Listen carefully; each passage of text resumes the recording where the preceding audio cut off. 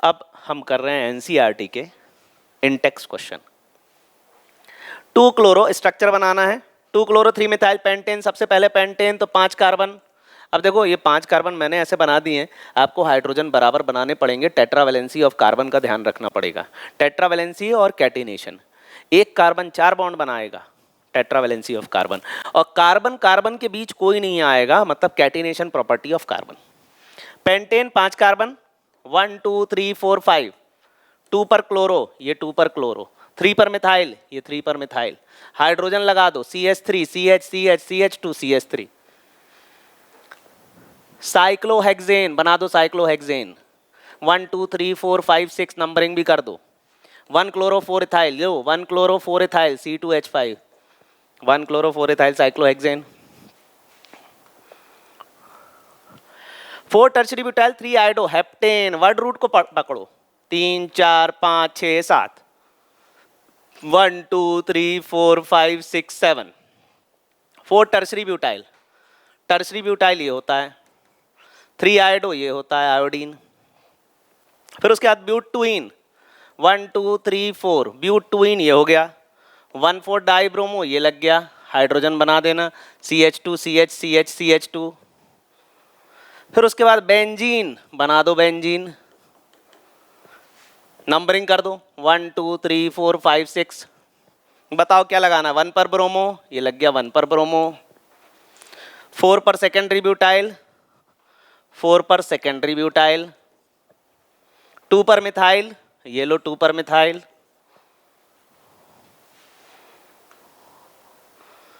Why is sulfuric acid not used during the reaction of alcohol with Ki? अच्छा question है, इसको ध्यान से समझना। CH3 CH2OH, और इसमें अगर मैं Ki डालूं, पोटेशियम आयोडाइड, ठीक है, तो ये अपने पास इथेनॉल है, और इथेनॉल में अगर हम Ki डालें तो OH हटके I लगना चाहिए, ऐसा होना चाहिए, है ना। तो हमने आयोडीन इसलिए तो लिया है ताकि ये OH नेगेटिव को डिस्प्लेस कर दे, लेकिन ऐसा नहीं हो पाता। क्यों नहीं हो पाता? H2SO4 की प्रेजेंस में ऐसा नहीं हो पाता।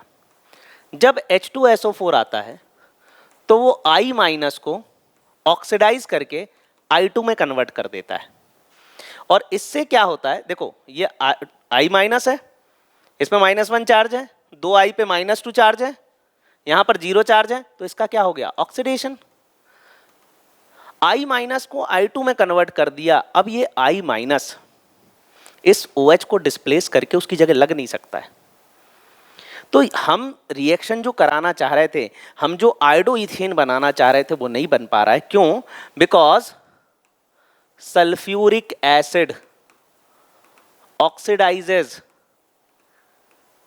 I माइनस, ये जो सोल्यूशन में I माइनस प्रेजेंट है उसको I2 में कन्वर्ट कर देता है। Write structures of different dihalogen derivatives of propane. Propane के अलग अलग डायहेलोजन डेरिवेटिव्स के स्ट्रक्चर बताओ, और उनका IUPAC नेम भी लिख देंगे।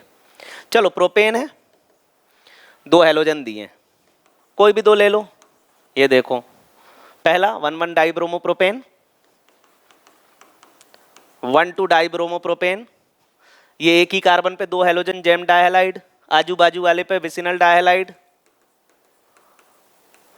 1 3 डाइब्रोमो प्रोपेन, और एक और बन जाएगा 2 2 डाइब्रोमो प्रोपेन, ये भी जेम डायहेलाइड है, ये भी जेम है, और ये है विसिनल। आजू बाजू वाले कार्बन पे हेलोजन होना विसिनल, विसिनिटी, आस पड़ोस। तो ये 4 स्ट्रक्चर यहां पर बनेंगे। आगे बढ़ते हैं। Among the isomeric alkane of molecular formula C5H12, 5 carbon वाला एल्केन क्या क्या बन सकता है? Pentane, isopentane, neopentane. Pentane 2 methyl butane, 2 2 dimethyl propane, n pentane, isopentane, neopentane. अब यहां पर बोल रहा है कि भाई इनमें से किसका फोटोकेमिकल क्लोरीनेशन करने से, मतलब इनमें से किस में से क्लोरीन जोड़ने से केवल एक मोनोक्लोराइड बनेगा, सिंगल क्लोरीन बनेगी।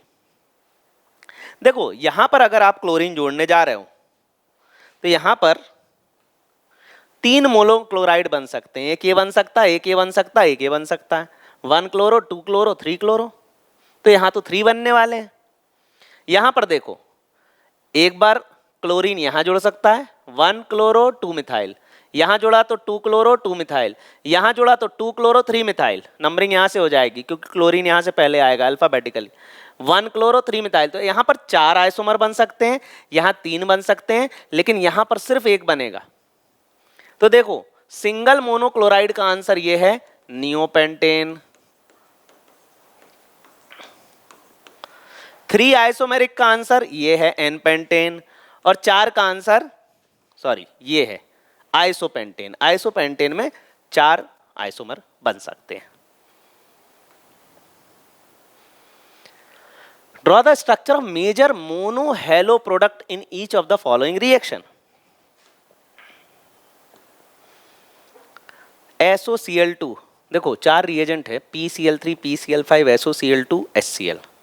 इनका एक ही काम है OH हटाओ, Cl लगाओ। तो अब यहाँ पर ये OH हटाना है और Cl लगाना है। तो बेंजीन के ऊपर, सॉरी बेंजीन नहीं है, ये साइक्लोहेक्सेन है। अगर ये बेंजीन होता तो ये OH नहीं निकलता। क्यों नहीं निकलता? देखो एक आध एग्जाम्पल बेंजीन वाला, हाँ ये है यहाँ पर ये OH हटके ये Cl नहीं लगने वाला। क्यों नहीं लगने वाला? क्योंकि यहाँ पर है रेजोनेंस, और रेजोनेंस की वजह से ये सिंगल बॉन्ड डबल हो जाएगा। जो सिंगल बॉन्ड था अगर वो डबल हो गया तो उसकी स्टेबिलिटी बढ़ गई, स्ट्रेंथ बढ़ गई, उसको तोड़ना मुश्किल है, उसको अलग करना मुश्किल है। तो यहाँ पर फिनॉल में रेजोनेंस है और उसका OH हटाना डिफिकल्ट है, आसानी से नहीं हटता। अब SOCl2 का एक ही काम है, OH हटाओ Cl लगाओ, तो ये Cl लग गया। फिर इसको देख लो, ये OH हट जाएगा लेकिन ये OH नहीं हटेगा, बस यही खास बात है यहाँ पर। और ये है benzene, double single lone pair resonance, ये OH वहीं रहेगा और ये होगा CH2Cl, ये OH हट जाएगा, ये रेजोनेंस में नहीं है। सिंगल सिंगल डबल थोड़ा ना रेजोनेंस होता है, या लोन पेयर सिंगल सिंगल नहीं, ये रेजोनेंस में नहीं आ रहा। आगे देखते हैं। हाँ, जब भी Br2 अल्ट्रावायलेट आ जाए, कभी भी अल्ट्रावायलेट लाइट आ जाए हेलोजन के साथ, Cl2 के साथ, Br2 के साथ, तो आपको वहां पर free radical, stable free radical बनाकर देखना है। अब देखो यहाँ सबसे ज्यादा स्टेबल फ्री रेडिकल यही होगा, बेंजाइल।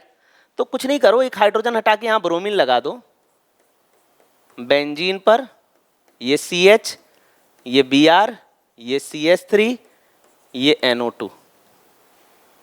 तो यहां पर Br2 हीट अल्ट्रावायलेट डाल दें तो ब्रोमीन यहां लगने वाला है, ठीक है। H पॉजिटिव I माइनस, ये प्लस माइनस में टूटेगा, ठीक है। जैसे HI है तो ये प्लस माइनस में टूटने वाला है। अब ये CH3 है, अब इन दोनों कार्बन में से कहां प्लस आएगा? इन दोनों कार्बन में से यहां प्लस आएगा, यहां माइनस आएगा। यहां पर ये H लग जाएगा और यहां पर ये आयोडीन लग जाएगा। चलो इस स्ट्रक्चर को बनाते हैं।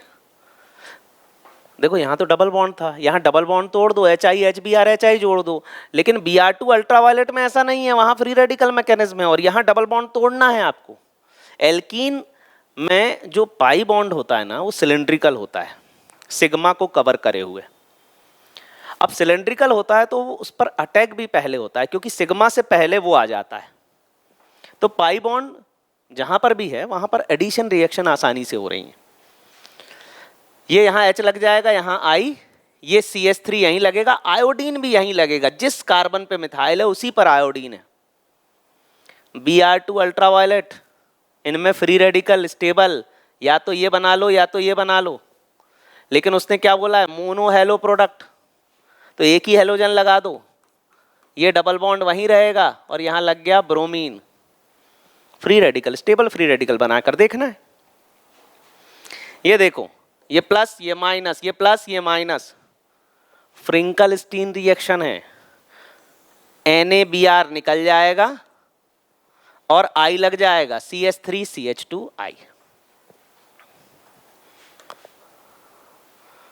Arrange the arrange each set of compound in order of increasing boiling point. देखो boiling point is direct proportional to molecular weight, जिसका मॉलिक्यूलर वेट ज़्यादा, ब्रोमोफॉर्म मतलब CH Br3, dichloromethane CH2Cl2, dibromomethane CH2Br2, bromomethane CH3Br। तो अब यहाँ पर सबसे ज़्यादा मॉलिक्यूलर वेट इसका, फिर इसका, फिर तीसरा ब्रोमीन का ही होगा 35.5, हाँ इसी का होगा, और फोर्थ नंबर पे आएगा ये। ठीक है, तो मॉलिक्यूलर वेट के हिसाब से अरेंज करो। अब देखो मॉलिक्यूलर वेट अगर सेम हो तो हमें ब्रांचिंग पे जाना है, मतलब melting point and boiling point is directly proportional to molecular weight, inversely proportional to branching. 1 chloropropane, isopropyl chloride, 1 chlorobutane, सबसे ज़्यादा इसका होगा क्योंकि इसका मॉलिक्यूलर वेट ज़्यादा है। पहले मॉलिक्यूलर वेट देखना है, अगर मॉलिक्यूलर वेट सेम हो फिर ब्रांचिंग देखना है। जिसमें ब्रांचिंग होगी आपस में रिपल्शन ज़्यादा होगा, स्टेबिलिटी कम होगी। इसकी स्टेबिलिटी ज़्यादा होगी तो इसका मेल्टिंग पॉइंट बॉइलिंग पॉइंट इससे ज़्यादा होगा। तो सबसे ज़्यादा 1 क्लोरोब्यूटेन, 1 क्लोरोप्रोपेन, आइसोप्रोपाइल क्लोराइड। इसमें से बताना है किसमें SN2 फास्टर होने वाली है। ठीक है, चलो SN2 किसमें फास्टर होने वाली है। ये नेगेटिव ये पॉजिटिव 1 डिग्री, ये नेगेटिव ये पॉजिटिव 2 डिग्री। अरे ब्रोमीन जिस कार्बन से जुड़ा है वो 2 से जुड़ा है, 2 डिग्री, 2 डिग्री में SN2 नहीं, SN2 पूछ रहा है तो 1 डिग्री में फास्टर होगी। SN2 का ऑर्डर है 1 डिग्री, 2 डिग्री, 3 डिग्री। SN2 अगर देखो बल्कि ग्रुप जुड़े हैं, स्टेरिक हिंड्रेंस है, तो SN2 आसानी से नहीं होने वाली है। SN2 होती सिंगल स्टेप में, नाम SN2 है। तो यहाँ पर हमें 1 डिग्री जहाँ पर ज़्यादा होगा वहाँ SN2 फास्टर होगी। ये देखो ये 2 डिग्री है और ये 3 डिग्री है, तो इसमें SN2 फास्टर 2 डिग्री में होगी। अब ये ब्रोमीन नेगेटिव ये पॉजिटिव, लेकिन ये बल्कि ग्रुप इससे जुड़ा है तो यहाँ SN2 फास्टर नहीं हो सकती, SN2 यहाँ फास्टर होगी क्योंकि यहाँ कार्बोकेटाइन के पास एक बल्कि ग्रुप है। नेक्स्ट, इसमें किसमें SN1 फास्टर होगी। ये है 2 डिग्री, ये है 3 डिग्री, 3 डिग्री में फास्टर होगी। ये है 2 डिग्री, ये है 1 डिग्री, 2 डिग्री में फास्टर होगी। Identify ABCDER R1 in the following product. Magnesium इधर लगाओगे तो क्या बन जाएगा, फिनाइल मैग्नीशियम ब्रोमाइड। फिनाइल नहीं है, ये तो साइक्लोहेक्साइल है, मैग्नीशियम बीच में आ जाएगा, ये Br। ये एक तरह का ग्रिग्नार्ड रिएजेंट है, और ग्रिग्नार्ड रिएजेंट ऐसे टूटता है, बस ये खास बात याद रख लेना इसकी। अब वाटर है, वाटर होगा H और OH, H positive OH negative, तो OH MgBr यहाँ से निकल जाएगा, H यहाँ लग जाएगा, ये बन गया साइक्लोहेक्सेन। अब मैग्नीशियम की रिएक्शन इसके साथ तो ये RMgBr बन जाएगा। अब D2O और कुछ नहीं होता, हैवी वाटर होता है। जैसे ये हो गया D और ये हो गया OD, ये नेगेटिव ये पॉजिटिव, ये पॉजिटिव ये नेगेटिव, तो यहाँ पर MgBr OD निकल गया और D लग गया, तो R और D। अब यहाँ पर जो R है वो आइसोप्रोपाइल है, यहाँ पर जो R है वो आइसोप्रोपाइल है। Sodium dry ether Wurtz reaction है, और वुड्स रिएक्शन में डाई अल्काइल बनता है। ये देखो ये हो गया CH3 C CH3 CH3 और ये X, फिर यहाँ Mg डाल दो, CH3 C CH3 CH3 MgX, ये प्लस ये माइनस, और OH निगेटिव H पॉजिटिव, तो MgBr MgX OH निकल जाएगा, और यहाँ पर जो कंपाउंड बनने वाला है वो ये बनने वाला है E।